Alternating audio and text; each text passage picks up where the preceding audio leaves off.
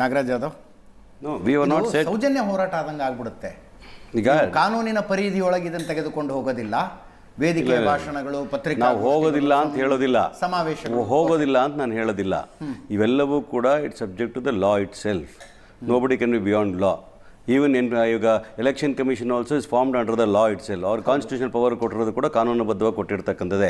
ಅವ್ರು ಕಾನೂನುಬದ್ಧವಾಗಿ ನಡ್ಕೋಬೇಕಾಗ್ತದೆ. ಈಗ ಸುಪ್ರೀಂ ಕೋರ್ಟಲ್ಲಿ ಒಂದು ತೀರ್ಮಾನ ಮಾಡಿ ಮೊನ್ನೆ ಬಿಹಾರ್ ವಿಚಾರದಲ್ಲಿ ಏನು ಹೇಳಿದ್ರು, 65 ಲಕ್ಷ ಮತದಾರ ವಿಚಾರದಲ್ಲಿ ಏನಂದರು, there is prime of something. Supreme court ಅದ್ರ ಗಮನಿಸಿದಾಗ ನೀವು ಅಲ್ಲಿ ಅವ್ರು ಕೊಡ್ತಕ್ಕಂಥ ಅಡ್ರೆಸ್ ಪ್ರೂಫ್ಗಳನ್ನು, ದಾಖಲೆಗಳನ್ನು ತಗೊಂಡು ಯಾರನ್ನೂ ಕೂಡ ಅನ್ಯಾಯ ಆಗಬಾರ್ದು, ಟ್ರಾನ್ಸ್ಪರೆನ್ಸಿ ಇರಬೇಕು, ಎಲ್ಲರಿಗೂ ಕೂಡ ವೋಟಿಂಗ್ ಅಧಿಕಾರ ಇರಬೇಕು ಅಂತೇಳಿ ಸೂಚನೆ ಕೊಡ್ತಾರೆ.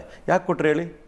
ಸುಪ್ರೀಂ ಕೋರ್ಟ್ ಟೋಲ್ಡ್ ಇಟ್ಸ್ ಇದು ಕಾನ್ಸ್ಟಿಟ್ಯೂಷನಲ್ ಬಾಡಿ, ನಾವ್ಯಾಕೆ ಇಂಟರ್ಫಿಯರ್ ಅಂತ ಹೇಳ್ಬೋದಾಗಿತ್ತಲ್ಲ. There is something wrong. ಇವಾಗ ಹೇಳ್ತೀನಿ ಕೇಳಿ. ಎಲೆಕ್ಷನ್ ಕಮಿಷನ್ ಅವ್ರು ಹೇಳಿದ್ರು, ಒಂದು ಮನೆ, ಒಂದು ಕುಟುಂಬ, ಒಂದು ರಾಜಕೀಯ ಪಕ್ಷ ಥರ ಅಲ್ಲ ಅದು it is been designed with constitutional power ಅಂತ ಹೇಳಿದ್ರು. ನಾನು ಐ ವೆಲ್ಕಮ್ ದಟ್. ಮೊದಲು ಯಾರು ಇರ್ತಾ ಇದ್ರು ಅದರಲ್ಲಿ? ಸುಪ್ರೀಂ ಕೋರ್ಟ್ನ ಚೀಫ್ ಜಸ್ಟಿಸ್ ಆಫ್ ಇಂಡಿಯಾ ಇರ್ತಾ ಇದ್ರು. ಯಾಕೆ ತೆಗೆದ್ರು? ಇಲ್ಲ. ಯಾವುದರಲ್ಲಿ? ಎಲೆಕ್ಷನ್ ಕಮಿಷನ್ ಅಪಾಯಿಂಟ್ ಮಾಡೋದ್ರಲ್ಲಿ. Why have they removed it? Let them answer. ನಮ್ಮ ನ್ಯಾಯಾಲಯಗಳ ಮೇಲೆ ನಂಬಿಕೆ ಇದೆ, ಚೀಫ್ ಜಸ್ಟಿಸ್ ಮೇಲೆ ನಂಬಿಕೆ ಇದೆ. ಯಾವ ಕಾರಣಕ್ಕೆ ತೆಗೆದಾಕಿದ್ರಿ? What is your intention? What is their intention behind it? ಅಂದರೆ ಹೋಮ್ ಮಿನಿಸ್ಟರ್, ಪ್ರೈಮ್ ಮಿನಿಸ್ಟರ್ ಕುತ್ಕೊಂಡು ಯಾರು ತೀರ್ಮಾನ ಮಾಡ್ತಾರೆ ಅದಕ್ಕೆ ಜೈ ಅನ್ಕೊಂಡು ಹೋಗ್ತಕ್ಕಂಥದ್ದು ಎಲೆಕ್ಷನ್ ಕಮಿಷನ್ ಪದ್ಧತಿ ಆಗಬೇಕಾ? ನವೀನ್ ಚಾವ್ಲಾ ಹೆಂಗಾದ್ರೆ ರೀ? ಒಂದು ನಿಮಿಷ ಸರ್. ಈಗ ಇಂಡಿವಿಜುವಲ್ ನಾನು ಮಾತಾಡಲಿಲ್ಲ ಸರ್. ಇಂಡಿವಿಜುವಲ್ ಹೆಸರುಗಳು ಬೇಡ. ನಾನು ಕೇಳ್ತಾ ಇದ್ದಾಗ ಪದ್ಧತಿ ಇದ್ದದ್ದೇನು, ಕಾನೂನು ಇದ್ದಿದ್ದೇನು? Chief justice of India. ಒಂದು ನಿಮಿಷ, ಯಾವ್ದು ಬೇಕು ಯಾವ್ದು ಬೇಡ ನಾವು ಡಿಸೈಡ್ ಮಾಡೋಣ ಇಲ್ಲಿ. ಇಲ್ಲ ನಾವು ಮಾಡೋದಲ್ಲ ಸರ್. ನಾನು ಮಾತಾಡುವಾಗ ಈಗ ಮಾತಾಡ್ತಾರಲ್ಲ ನೀವು, ಅವ್ರು ಕಂಪ್ಲೇಂಟ್ ಕೊಡೋದಿಲ್ಲ, ಎಲೆಕ್ಷನ್ ಕಮಿಷನ್ ಮೇಲೆ ನೀವು ಮಾತಾಡೋದು ತಪ್ಪು ಅಂತ ಹೇಳ್ತೀರಲ್ಲ. ನಾನು ಕೇಳ್ತಾ ಎಲೆಕ್ಷನ್ ಕಮಿಷನಲ್ಲೇ ಸಮಸ್ಯೆ ಇರ್ತಕ್ಕಂಥ ಅಂತಂದ್ರೆ, ನಾನು ಪೊಲಿಟಿಕಲ್ ನಾಮಿನಿ ಮಾಡ್ದಂಗೆ, ನಾಗರಾಜ್ನ MLC ಮಾಡ್ದಂಗೆ ಎಲೆಕ್ಷನ್ ಕಮಿಷನ್ ಮಾಡೋಕ್ಕಾಗುತ್ತಾ? ಮಾಡಬೇಕಾ, ಮಾಡಬಾರ್ದು ಅಂತ ಆಲೋಚನೆ ಮಾಡಬೇಕಾಗ್ತದೆ. ನವೀನ್ ಚಾವ್ಲಾ ಹೆಂಗಾದ್ರು ಅಂತ ಕೇಳಿದ್ರು ಅವರು. ನವೀನ್ ಚಾವ್ಲಾ ಅವ್ರು ಹೆಂಗಾಗ್ತಾರೆ, ಇನ್ನೊಬ್ರು ಹೆಂಗಾಗ್ತಾರೆ ಅಂತ ಪ್ರಶ್ನೆಗಿಂತ ಇವತ್ತು ನಾನು ಕೇಳೋ ಪ್ರಶ್ನೆಗೆ ಉತ್ತರ ಕೊಡಬೇಕು. ಯಾವ ಕಾರಣಕ್ಕೂ ಸುಪ್ರೀಂ ಕೋರ್ಟ್, ಒಂದು ನಿಮಿಷ ಇರಿ sir, let me tell sir, supreme ಕೋರ್ಟಿನ ಚೀಫ್ ಜಸ್ಟಿಸ್ ಯಾವ ಕಾರಣಕ್ಕೋಸ್ಕರ ಆ ಕಮಿಟಿಯಲ್ಲಿ ಇಲ್ಲ. ಮುಂದಕ್ಕೆ ಹೋಗೋಣ. ನವೀನ್ ಚಾವ್ಲಾ ಅವ್ರನ್ನ ಸೆಲೆಕ್ಟ್ ಮಾಡಿದಾಗ, ಆಯ್ಕೆ ಮಾಡಿದಾಗ ಯಾರ್ಯಾರಿದ್ರು ಅಂತ ನೋಡ್ರಿ ಸರ್. ಈಗ ನೀವೇನಾಗ್ತೀರ, ಒಂದು ಪರ್ಟಿಕ್ಯುಲರ್ ಕೇಸಲ್ಲಿ ಅವಾಗ ಇವರು ಇರಲಿಲ್ಲ ಸುಪ್ರೀಂ ಕೋರ್ಟ್ ಜಡ್ಜ್, ಹೆಂಗೆ ಅಂತ ಕೇಳ್ತೀರಿ ನೀವು. ನಾನು ನಿಮ್ಮನ್ನ ಕೇಳ್ತಾ ಇದ್ದೆ, ಎಲ್ಲಾ ಸರ್ಕಾರಗಳು ತಮ್ಮ ನೋಡಿ ಪ್ರಶಾಂತ್ ಅವರೇ, ನಿಮ್ಮ ಮಾತನ್ನ ಪ್ರಶಾಂತ್ ನಾನು ನಿಮ್ಮ ಮಾತು, ನಾವು ಏನಂತ ಕಾರ್ಪೊರೇಷನ್ ಎಲೆಕ್ಷನಿಂದ ಇವತ್ತರೆಗೂ ಎಲೆಕ್ಷನ್ ನೋಡ್ಕೊಂಡಿದ್ದು ಅಕ್ರಮಗಳು ನಡೀತಾ ಇದ್ದೇವೆ ಅಂತ ಹೇಳಿದ್ರಲ್ಲ. ನಾನು ಕೂಡ ಹೇಳ್ತಾ ಇದ್ದೀನಿ, ಅಕ್ರಮಗಳು ನಡೀತಾ ಇರೋದು ನಿಜ. ಅದನ್ನ ನಿಲ್ಲಿಸಬೇಕಾಗಿರೋದು ಎಲ್ಲ ರಾಜಕೀಯ ಪಕ್ಷಗಳ ಕರ್ತವ್ಯ, ಎಲ್ಲ ನಾಗರಿಕರ ಕರ್ತವ್ಯ. They should be transparent elections ಅಂತ ಇರಬೇಕು. ಎಲ್ಲರಿಗೂ ಕೂಡ ಒಂದು ವೋಟಿನ ಹಕ್ಕಿದೆ, ಆ ಹಕ್ಕು ಚಲಾಯಿಸಲಿಕ್ಕೆ ಅವನ ಅಧಿಕಾರ ಇರಬೇಕು ಅಂತ ಎರಡು ಮಾತಿಲ್ಲ.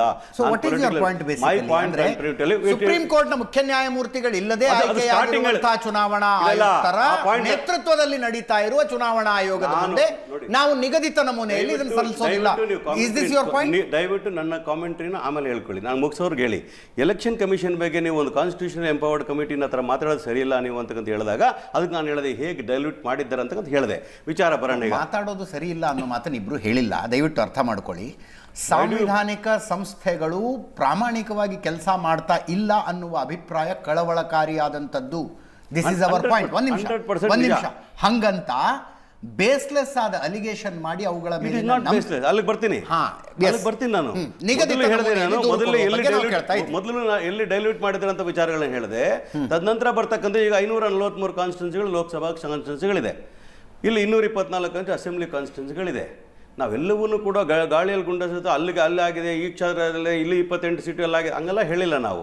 ಒಂದು ರಿಸರ್ಚ್ನ ಮಾಡಿ, ಒಂದು 6 ತಿಂಗಳ ಕಾಲ ಒಂದು ರಿಸರ್ಚ್ ಮಾಡಿ, ಒಂದು ಪಾರ್ಲಿಮೆಂಟರಿ ಕಾನ್ಸ್ಟಿಟ್ಯೂನ್ಸಿ ಒಂದು ಯಾವ ರೀತಿ ಸರ್ವೆ ಮಾಡ್ತಾರೋ, ಸ್ಯಾಂಪಲ್ ಸರ್ವೆ ಮಾಡ್ತಾರೆ. We have taken that is a very serious job.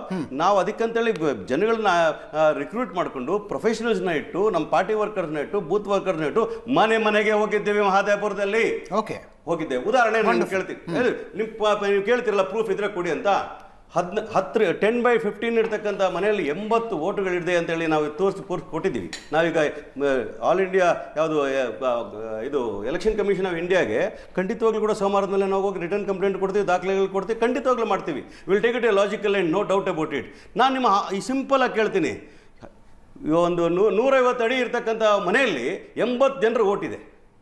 ಹೇಳ್ತೀನಿ ಒಂದು ನಿಮಿಷ. ನಿಮ್ಗೆ ಬಡಾವಣೆದು ಆ ಬೂತದು ನಂಬರ್ ಎಲ್ಲ ನಿಮ್ಗೆ ಕೊಡ್ತೀನಿ. ನಾವು ಕೊಟ್ಟಿದಲ್ರಿ, ನಮ್ಮ ರಿಪೋರ್ಟರ್ ಮನೆಗೂ ಹೋಗಿ ಬಂದಿದ್ದಾರೆ. ಕೇಳಿ, ಅದ್ರ ಪಕ್ಕದಲ್ಲಿ ನಮ್ಮ ರಿಪೋರ್ಟರ್ ಮನೆಗೂ ಹೋಗಿ ಬಂದಿದ್ದಾರೆ. ಇನ್ನೊಂದು ಕಡೆ ಹೋಗ್ತೀವಿ, ಅಲ್ಲಿ ಹೋದಾಗ ಅದೇ ತರ 40 ವೋಟುಗಳು ಸೇರ್ತವೆ. ಇನ್ನೊಂದು ಕಡೆ ಹೇಳ್ತದೆ ಸಾವಿರಾರು ವೋಟುಗಳು ಬಲ್ಕ್ ರಿಜಿಸ್ಟ್ರೇಷನ್ ಮಾಡ್ತಕ್ಕಂಥದ್ದು ಮಾಡ್ತಾರೆ. ಇನ್ನೊಂದು ಕಡೆ ಏನಾಗ್ತದೆ, ನಾಗರಾಜ್ ವೋಟ್ ಇಲ್ಲೂ ಇರ್ತದೆ, ಆಂಧ್ರ ಪ್ರದೇಶದಲ್ಲೂ ಇರ್ತದೆ, ಇಲ್ಲೂ ಇರ್ತದೆ, ಡೆಲ್ಲಿಯಲ್ಲೂ ಇರ್ತದೆ ಅಂತಂದ್ರೆ what is election commission is doing in this? ಅದಕ್ಕೆ ಆಧಾರ್ ಲಿಂಕ್ ಮಾಡಿ ಅಂತ ಹೇಳ್ತಾ ಇರೋದು. ಮಾಡಬೇಕು ಅಂತಕ್ಕಂಥ ನಾವು ಈಗ ಹೇಳ್ತಾ ಇದೀವಿ. ಅದಕ್ಕೆ ಮೊದಲು ನಾವು ಇನ್ನೊಂದು ಕೇಳಿದೀವಿ, ನಾವು ಮಹಾರಾಷ್ಟ್ರದಲ್ಲಿ ಸಮಸ್ಯೆ ಆದಾಗ, ಬೇರೆ ಕಡೆ ಸಮಸ್ಯೆ ಆದಾಗ, ಬೆಂಗಳೂರಲ್ಲಿ ಸಮಸ್ಯೆ ಆದಾಗಲೂ ಕೂಡ ನಾವೇನು ಕೇಳಿದ್ವಿ, ನೀವು ಡಿಜಿಟಲ್ ಫಾರ್ಮೆಟ್ನ ಕೊಡಿ ನಮಗೆ ಅಂತ ಕೇಳಿದ್ವಿ. ಯಾಕೆ ಕೊಡಲಿಲ್ಲ? ರಿಟರ್ನ್ ಕೊಟ್ಟಿಲ್ವಾ ನಾವು ನಮ್ಮ ಪಾರ್ಟಿಯಿಂದ? ಕೇಳಿಲ್ವಾ? ನಿಮ್ಗೆ ಬೇಕು ಎಷ್ಟು ಫೀಸ್ ಚಾರ್ಜ್ ಮಾಡ್ತಾರೆ ಚಾರ್ಜ್ ಮಾಡಿ ಕೊಡ್ತೀನಿ ನಿಮಗೆ. ನೀವು ಯಾವ ವೋಟಿಂಗಲ್ಲಿ ನೀವು ವಿಡಿಯೋ ರೆಕಾರ್ಡಿಂಗ್ ಮಾಡ್ತಿರಲ್ಲ, ಕೊಡಿ ಅಂತ ಕೇಳಿದ್ವಲ್ಲ, ಯಾಕೆ ಕೊಡೋಲ್ಲ ನೀವು? Why have not given me? What is wrong in giving you? If you're transparent, why don't you give it to people? Nagaraj, ಅದು ನಿಗದಿತ ನಮೂನೆಯಲ್ಲಿ ಅರ್ಜಿ ಸಲ್ಲಿಸಿ ಅಂತ ಕೇಳ್ತಾ ಇದ್ದಾರೆ ಅವರು. ಇಲ್ಲ ಈಗ ಹೇಳ್ತಾ ಇರೋದು ಇಲ್ಲಿ ಒಂದ್ ನಿಮಿಷ registration of electors rule 1960 rule number 20/3/B ಅಡಿಯಲ್ಲಿ that speaks about the voter list. Declaration ಕೊಟ್ಟು ನಮ್ಮ ದೂರು ತಪ್ಪಾಗಿದ್ರೆ ನಮ್ಮ ವಿರುದ್ಧ ಕ್ರಮ ಕೈಗೊಳ್ಳಿ ಅಂತ ಬರೆದು ಕೊಟ್ರೆ ನಾವು ಕೊಡ್ತೀವಿ. ಒಂದು ನಿಮಿಷ sir, there are 2 ways of doing this thing. ಒಂದು ಡಿಕ್ಲರೇಷನ್ ಕೊಡಬೇಕು, ಇಲ್ಲ ಅಫಿಡೇವಿಟ್ ಕೊಡಬೇಕು ಅನ್ನೋ ವಿಚಾರಗಳು ಹೇಳ್ತೀನಿ. ಮೂಲತಃವಾಗಿ ಯಾರೇ ವ್ಯಕ್ತಿ ಕಂಪ್ಲೇಂಟ್ ಕೊಡಲಿ ಬಿಡಲಿ, ಒಂದು ಪಬ್ಲಿಕ್ ಡೊಮೇನಲ್ಲಿ ಚರ್ಚೆ ಆಗ್ತಾ ಇರಬೇಕಾದ್ರೆ ಒಂದು ಅಟಾನಮಸ್ ಬಾಡಿ ಆಗಿರ್ತಕ್ಕಂಥ, ಒಂದು ನಿಮಿಷ sir, I understand a law correctly, ಆದರೆ ಒಂದು ಪಬ್ಲಿಕ್ ಡೊಮೇನಲ್ಲಿ ದೊಡ್ಡ ಅದು ವಿರೋಧ ಪಕ್ಷ ನಾಯಕರುಗಳಿಂದ ಮಾತಾಡ್ತಾರೆ, ಕೇವಲ ಒಂದು ಪಾರ್ಟಿಯ ನಾಯಕರುಗಳು ಮಾತಾಡ್ತಾರಲ್ಲ, ದೇಶದಲ್ಲಿರ್ತಕ್ಕಂಥ ಬಹುತೇಕ ಅಪೋಸಿಷನ್ ಲೀಡರ್ಗಳು ಒಟ್ಟಾಗಿ ಕೂಡ್ಕೊಂಡು ಒಂದು ಕೂಗ್ನ ಹೇಳಿದಾಗ ಸುಮೋಟ ತಗೋಬೇಕಾಗಿ ಇದನ್ನೇ ಕೇಳ್ತಾ ಇರೋದ್ರಿ ನಾನು. ನಮ್ಮವರು ಪ್ರೆಸ್ ಮೀಟ್ ಮಾಡಿದ್ದಾರೆ, ನೀವು ದಾಖಲೆ ಕೊಡಿ, ಭಾಷಣ ಮಾಡಿದ್ದಾರೆ ಸರ್. ಅಲ್ಲಿಗೆ ಹೇಳ್ತಾ ಇಲ್ಲ ಸರ್, ಇದು ಅಜಿತ್ ಪ್ರಶಾಂತ್ ನಾಗರಾಜ್ ಹೇಳಿದ ಮಾತಲ್ಲ. ದೇಶದಲ್ಲಿರ್ತಕ್ಕ ನೋಡಿ, ಪ್ರಜಾತಂತ್ರ ವ್ಯವಸ್ಥೆಯಲ್ಲಿ ಆಡಳಿತ ಪಕ್ಷ ಮತ್ತು ವಿರೋಧ ಪಕ್ಷ ಅಂತ ಎರಡು ಏನು ವಿಂಗಗಳಿರ್ತವೋ, ಅವೆರಡರಲ್ಲಿ ಯಾರೇ ಏನು ಹೇಳಿದ್ರು ಕೂಡ ಅದನ್ನ ಸೀರಿಯಸ್ ಆಗಿ ತಗೋಬೇಕನ್ನೋ ಕಾರ್ಯಾಂಗದ ಕೆಲಸ ಆಗ್ತದೆ. ಈಗ ಅಪೋಸಿಷನ್ ಇರ್ತಕ್ಕಂಥ ಒಂದು 20 ಜನ ಕೂತ್ಕೊಂಡು ಒಟ್ಟಿಗೆ ಮಾತಾಡಿ ಹೇಳಿದಾಗ ಅದನ್ನ ನೀವು ಯಾಕೆ ಕಂಪ್ಲೇಂಟ್ ಕಾಯ್ತಾ ಇದ್ದೀರಿ? ನೀವು ನಿಜವಾಗ್ಲೂ ಟ್ರಾನ್ಸ್ಪರೆಂಟ್ ಇದೆ. Why don't you take a suo motu case? Nagaraj, ಅದು ಬಹಳ ಗಂಭೀರವಾದ ವಿಷಯ ಇದೆ. ಸಿಲ್ಲಿ ಆರ್ಗ್ಯುಮೆಂಟ್ ಗಳನ್ನ ಮಾಡಬೇಡಿ. You don't have a silly argument ಅಂತ telling you very clearly. Election commission ಏನು ಮೇಲಿಂದ ಬಂದವರಲ್ಲ, ಅವ್ರನ್ನ ನಾನು ಕೇಳ್ತಾ ಇದ್ದೆ, ಅವರು ಟ್ರಾನ್ಸ್ಪರೆಂಟ್ ಆಗಿದ್ರೆ ಈ ಸಮಸ್ಯೆ ಬರ್ತಾ ಇರಲಿಲ್ಲ. ನಾನು ಕೇಳ್ತೀನಿ, ಒಂದು ಮನೆಯಲ್ಲಿ 80 ವೋಟ್ ಹೆಂಗ್ರಿ ಬರ್ತದೆ? ವರ್ಕಿಂಗ್ ನೀವು ಹೇಳ್ತೀರಾ, ಯಾರೋ ಅಲ್ಲಿ ಕೆಲಸ ಮಾಡಿದ್ರೆ ರಿಟರ್ನಿಂಗ್ ಆಫೀಸ್ ಏನು ಮಾಡ್ತಾರೆ? ನಾನು ಕೇಳಿದೆ ಎಲೆಕ್ಷನ್ ಕಮಿಷನ್ ವಿಚಾರ. ಗ್ರಾಮ ಪಂಚಾಯತ್ ಡೆವಲಪ್ಮೆಂಟ್ ಆಫೀಸರ್ PDO ಕೂಡ ಅವನ ಹತ್ರ ದಾಖಲೆಗಳನ್ನ ಕೇಳಿದಾಗ ಒಂದು ಅರ್ಜಿ ಬರೆದು ಕೊಡಿ ಅಂತಾನ್ರಿ ಅವನು. ನಾವಿಲ್ಲ ಅಂತ ಹೇಳಿಲ್ಲ, ಒಂದು ಅರ್ಜಿ ಬರೆದು ಕೊಡಿ ಅಂತಾನೆ. ಇವತ್ತು DK ಶಿವಕುಮಾರ್ ಒಂದು ಲೆಟರ್ ಕೊಡ್ತಾರೆ, ಅದು ಅರ್ಜಿ ಅಲ್ವಾ? ಅದಂಗೆ DK ಶಿವಕುಮಾರ್ ಅವರಿಗೆ ಪತ್ರ ಬರೆದಿಲ್ವಾ ಎಲೆಕ್ಷನ್ ಕಮಿಷನ್? ಬರೀಲಿ, ಈ ಮಾದರಿಯಲ್ಲಿ ಕೊಡಿ ನಮಗೆ ಅಂತ. ನೋಡ್ರಿ, ಏನ್ ಸಮಸ್ಯೆ? ಕೊಡಕ್ಕೆ ನೆಪಗಳನ್ನ ಕಂಡುಹಿಡಿಯಬಾರದು. ಒಂದು ದೇಶ ಪ್ರಜಾತಂತ್ರ ವ್ಯವಸ್ಥೆ ಇಡೀ ವಿಶ್ವಕ್ಕೆ ಮಾದರಿ ಆಗಿರ್ತಕ್ಕಂಥ ದೊಡ್ಡ ಇದು ಪ್ರಜಾತಂತ್ರ ವ್ಯವಸ್ಥೆಗೆ ಈ ಕೊಂಟು ನೆಪಗಳು ಹೇಳ್ತೇನೆ. ಮತದಾರನ ಹಕ್ಕನ್ನು ಕಿತ್ಕೊಂಡಿದೆ ಅಂತಂದ್ರೆ ಪ್ರಶ್ನೆ ಇರೋದೇ ಅಲ್ಲಿ. ದೇಶವನ್ನ ನಡೆಸ್ತಕ್ಕಂಥ ಈಗ ಕೇಂದ್ರ ಚುನಾವಣಾ ಆಯೋಗ ಚುನಾವಣೆಗಳನ್ನ ನಡೆಸುತ್ತೆ. Actually in terms of practicality, ನೀವು ಒಂದು ಬೂತ್ನಲ್ಲಿ ಯಾರೋ ಒಂದು ವೋಟರ್ಸ್ಗಳನ್ನ ಸೇರಿಸ್ತಾನೆ ಅಂತ ಅನ್ಕೋಣ.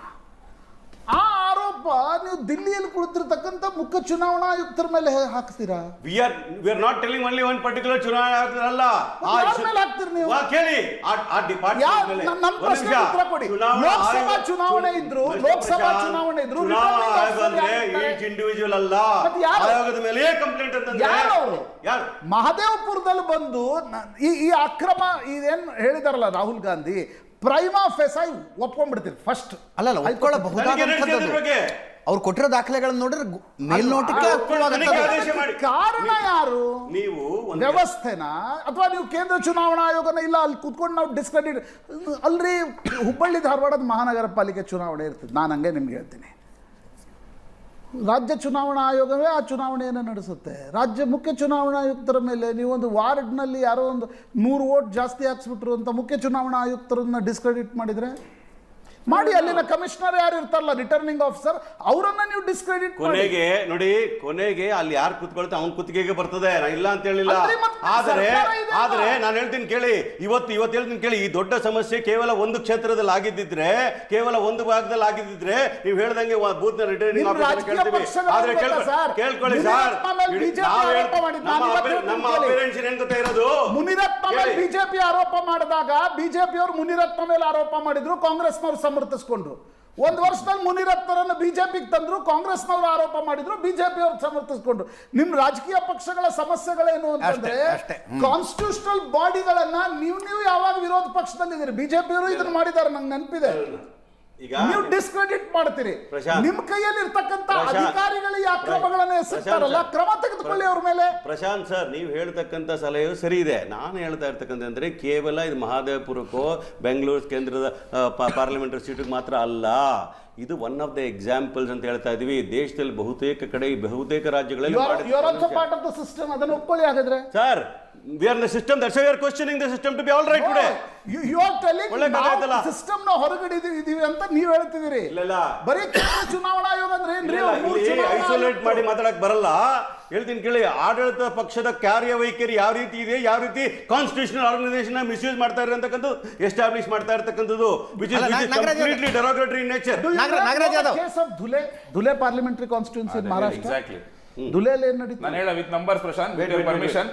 ಅಲ್ಲ, ಧುಲೆ ಪಾರ್ಲಿಮೆಂಟರಿ ಕಾನ್ಸ್ಟಿಟ್ಯೂನ್ಸಿಯಲ್ಲಿ 4 ಕ್ಷೇತ್ರಗಳನ್ನ ಬಿಜೆಪಿ ಗೆದ್ಕೊಂಡ್ಬಿಡ್ತು ವಿಧಾನಸಭಾ. ಮಾಲೆಗಾಂವ್ ಬಂತು 5. ಮಾಲೆಗಾಂವ್ ಒಂದು ಕ್ಷೇತ್ರದಲ್ಲಿ ಕಾಂಗ್ರೆಸ್ ಪ್ರಚಂಡವಾಗಿ ಗೆಲುವನ್ನು ಸಾಧಿಸಿತು. ಎಲ್ಲಿ? It's possible in Indian elections. ಅಕ್ರಮ ನಡೆದಿಲ್ಲ ಅನ್ನೋದನ್ನ ನಾನು ಯಾವತ್ತೂ ಹೇಳಲ್ಲ. ಅಕ್ರಮಗಳ ನಡೀತಾವೆ, ವ್ಯವಸ್ಥೆಯಾಗಿ ನಡೆಯುತ್ತೆ ಅಂತ ನಾವು ಸಣ್ಣ ಸಣ್ಣ ನಾವೇನು ಬೆಂಗಳೂರಲ್ಲಿ ಕುತ್ಕೊಂಡು ಮಾತಾಡಲ್ಲ ರೀ. ಸಣ್ಣ ಸಣ್ಣ ಮಹಾದೇವಪುರ ಕ್ಷೇತ್ರದ ಮಾಜಿ ಶಾಸಕ ಅರವಿಂದ್